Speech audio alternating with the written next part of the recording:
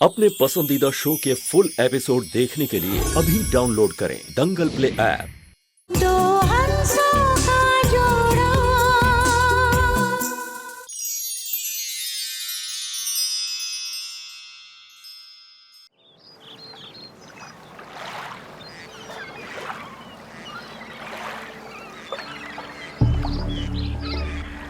कितनी बार बता चुकी हूँ कि संजय दत्त जैसा नाक नक्श हो, सलमान जैसा स्टाइल हो और शाहरुख जैसा अंदाज कि एक बार आंखों में देखा और गए काम से।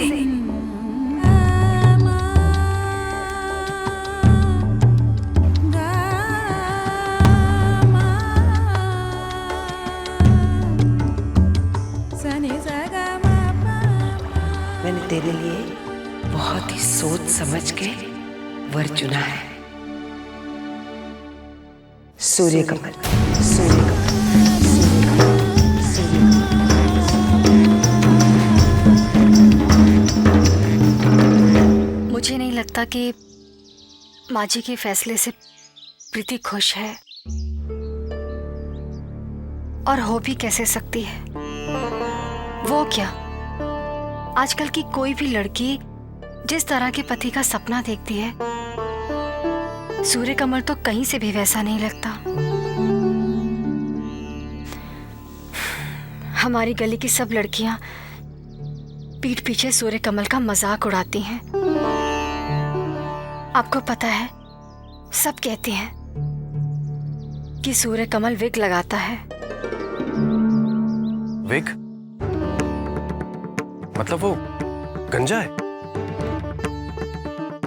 सुनने में तो ऐसा ही आया है। आपने देखा नहीं कैसे वो हर वक्त बात बात पर ऐसे ऐसे करके अपने बाल सेट करता है?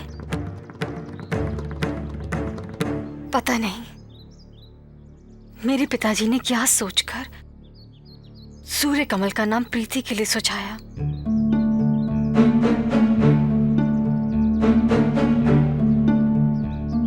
आप क्या कहते हैं, मैं माँ जी को जाकर सूर्य कमल की असलियत बता दूं? नहीं राधिका, अगर माँ ने प्रीति के लिए सूर्य कमल को चुना है तो मुझे पूरा विश्वास है कि उन्होंने ये फैसला सोच समझ कर ही लिया होगा।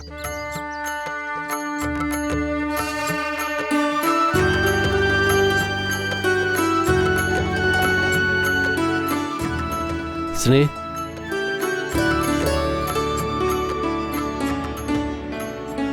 स्नेह, मैंने आज तक तुम्हारे किसी निर्णय पर प्रश्न नहीं उठाया, लेकिन प्रीति के लिए सूर्य कमल, ऐसा तुमने कैसे सोच लिया?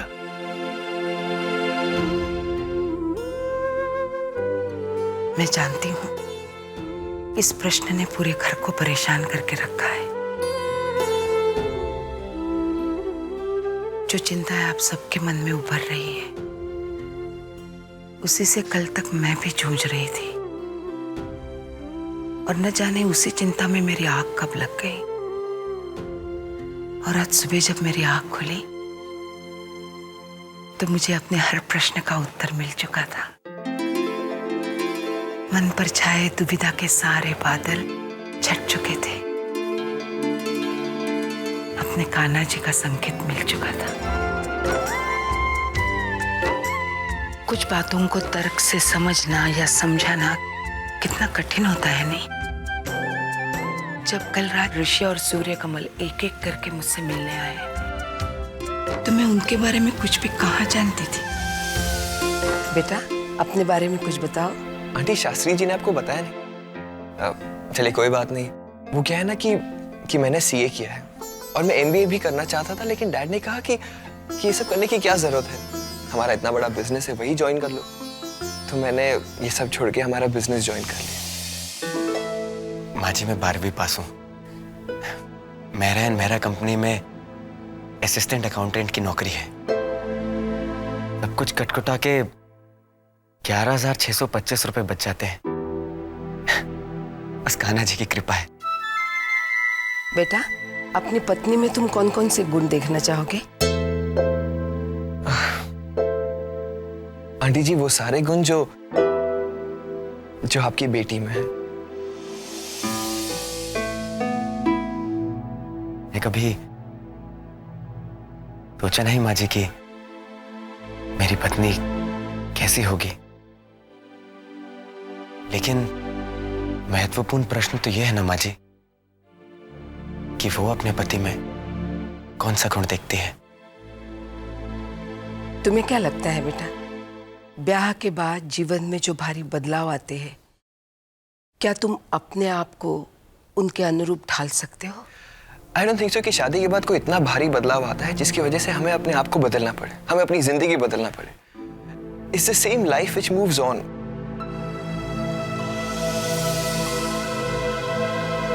बदलाव तो जीवन और सृष्टि का नियम है माँ जी।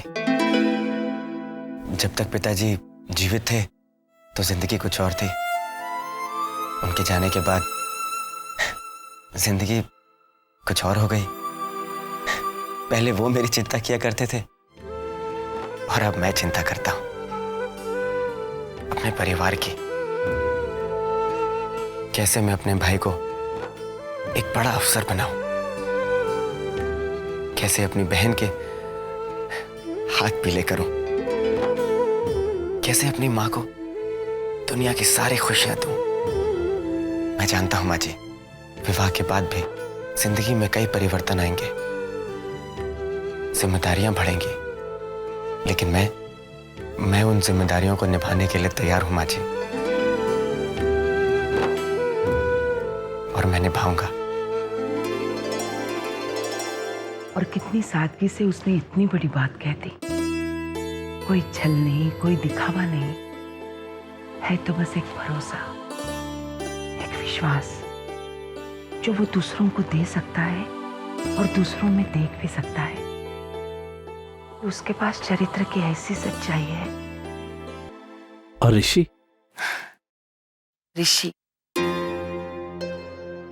भी अच्छा लड़का है।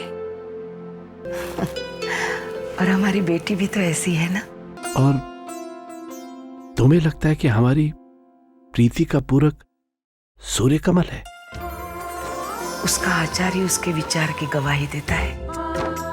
इस जमाने में जहां लोग अपने सगों को नहीं पूछते, वहां देखिए सूर्य कमल अपनी सौतेली माँ और सौतेले भाई बहन की कितनी परवाह करता है। तो फिर ऐसा आदमी अपनी पत्नी के लिए कुछ भी कर सकता है।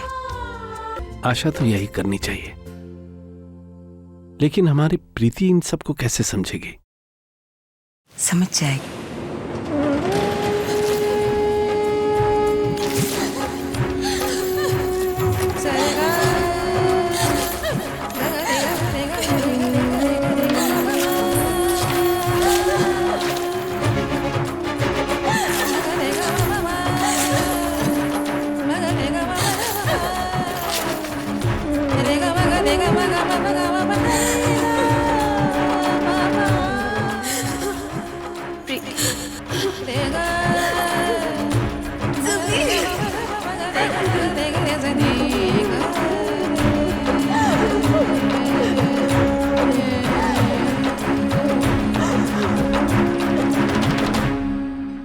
जो हो रहा है बस अच्छा हो रहा है। मेरी समझ में नहीं आ रहा कि भाभी जी ने ऐसा किया कैसे? अरे बाप रे, ये आप कह रहे हो? आप और भाई साहब तो हमेशा यही मानते हैं कि भाभी जी से बढ़कर मनुष्य का कोई पार्क ही नहीं। घूरिए मत। मैं तो कहती हूँ आज भाभी जी की जिह्वा पर जरूर सरस्वती बैठी होगी। इसीलिए तो उन्होंने प्रीति के लिए सूर्य कमल को चुना और ऋषि रायचंद को छोड़ दिया है हमारी सुमी के लिए। ये अचानक सुमी की बात कहां से आ गई? कभी ना कभी तो आएगी ही ना। पता नहीं आप कुछ समझ नहीं रहे हो या सब कुछ समझकर ना समझ बन रहे हो, लेकिन एक बात सुन लीजिए, मैंने अपना मन बना लिया है। ऋषि को मैं इस घर का दामाद जरूर बनाऊंगी। कितनी प्यारी लगेगी ऋषि और सुमी की जोड़ी। सरोज, देखो सरोज, ऋषि का रिश्ता प्रीति के लिए आया है। एक ही घर में रह के हम लोग इस तरह नहीं कर सकते। क्यों नहीं कर सकते? हम किसी से किसी का कुछ छीन तो नहीं रहे हैं ना। लेकिन अगर कोई हीरे की जगह ठिकरे चुन ले और हीरे को फेंक दे, तो क्या कोई समझदार उस हीरे को अपना सिरमौर नहीं बना लेगा?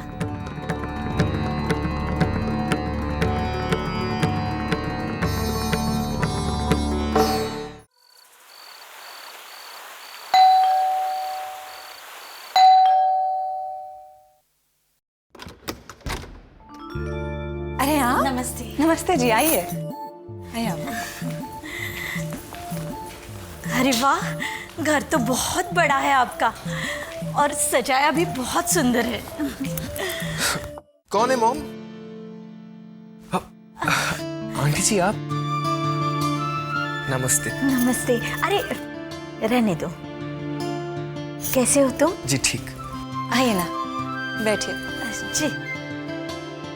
अरे भाभी जी आप गुड न्यूज देने खुद ही चली आई। बैठिए ना प्लीज। इस तकल्लुफ की क्या जरूरत थी? बस फोन कर दिए होते। जी वो गुड न्यूज होती तो फोन ही किया होता। प्रीति का रिश्ता कहीं और तय होते हुए नजर आ रहा है।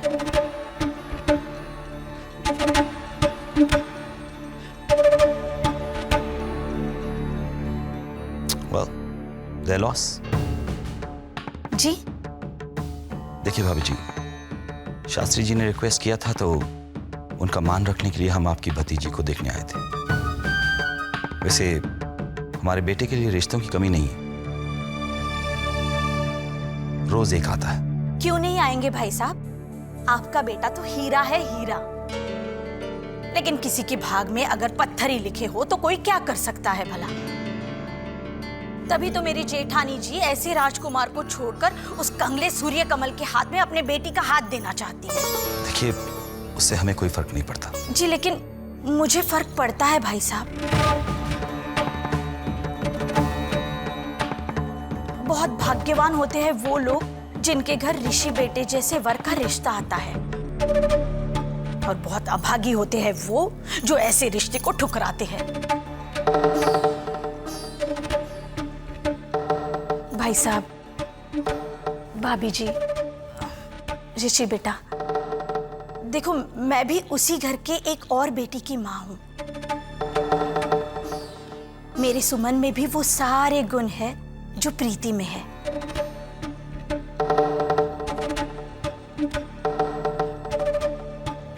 अगर आप मेरी बेटी को इस घर की बहू बनाने की कृपा करेंगे तो मैं तो तर जाऊंगी।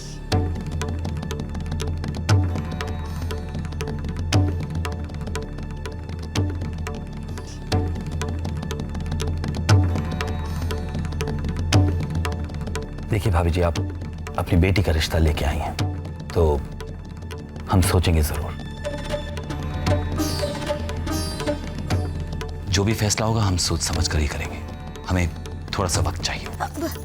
जितनी मर्जी चाहे उतना वक्त लीजिए, लेकिन भगवान के लिए फैसला मेरी बेटी के पक्ष में ही कीजिएगा,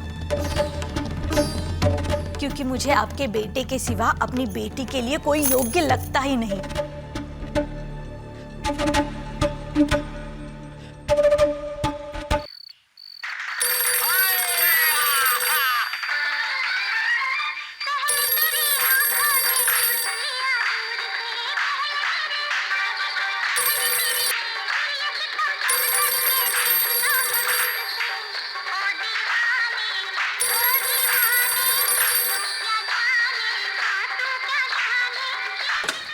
राधे राधे।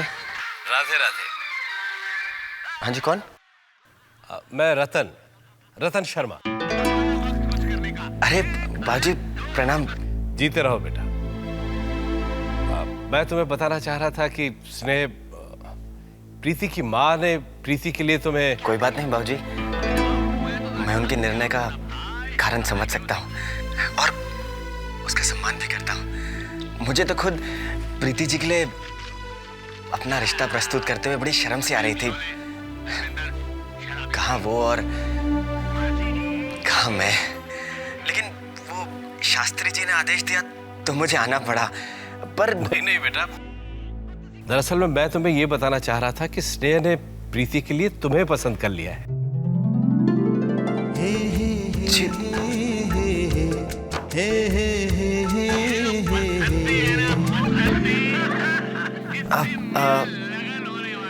अरे इस वक्त किसका फोन आ गया तुझे? शर्मा जी का फोन है माँ। धन शर्मा? हाँ जी जी। राधे राधे। शर्मा जी, मैं शांति देवी, सूर्य कमल की माँ। राधे राधे। कैसी है बहन जी?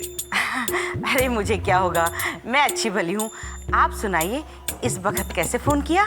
बस हम ये बताना चाह रहे थे कि हमने प्रीति के लिए आपके सूर्य कमल को पसंद कर लिया है। अरे धन्य भाग हमारे कि आपको आपकी बेटी के लिए हमारा सूर्य कमल पसंद आया।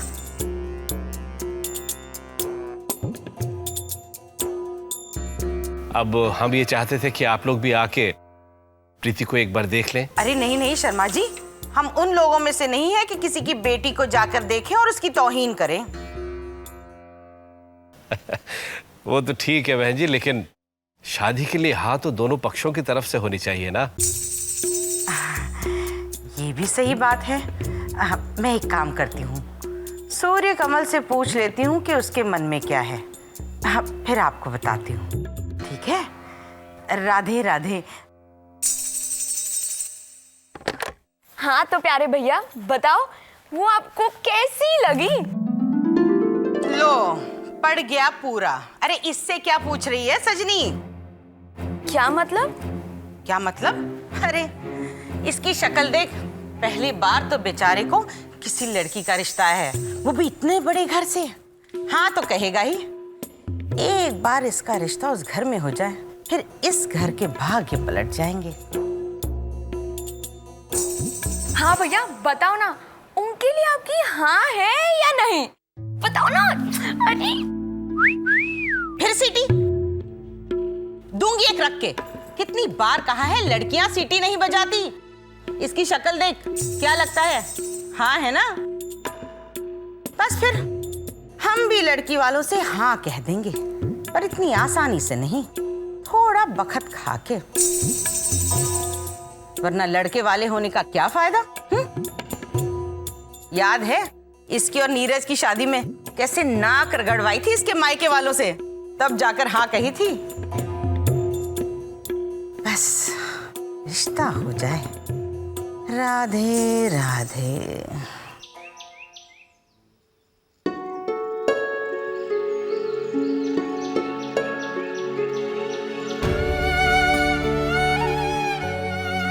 अब आप जाइए।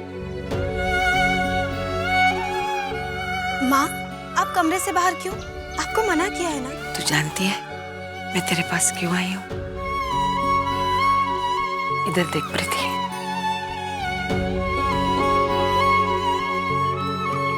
तू अगर मेरा विरोध करती या मुझसे झगड़ा करती तो बड़ी आसानी से मैं अपनी बात तुझे समझा सकती, लेकिन तेरी आंखों की नमी देखकर समझ नहीं आ रहा है कि मैं तुझसे क्या कहूँ।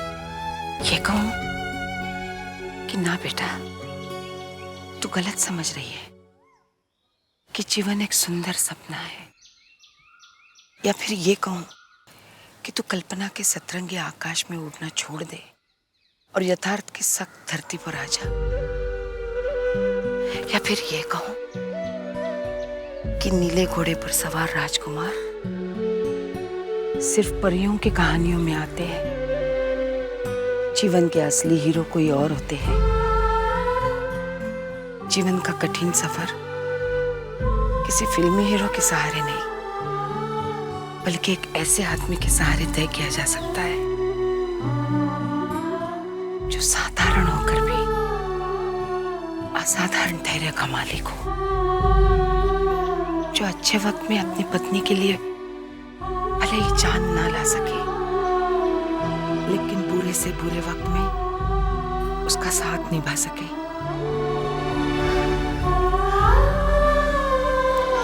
तो समझ रही है ना मैं क्या कह रही हूँ? माँ, आपकी तबीयत बिगड़ रही है। ये सारी बातें तो हम बाद में भी कर सकते हैं ना माँ। अभी आप आराम कीजिए, चलिए मैं। नहीं प्रीति,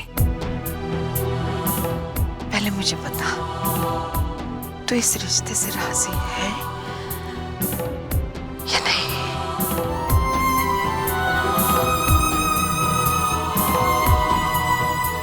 बता ना प्रीति, तेरी इस चुप का मैं क्या मतलब निकालूं? हाँ या ना?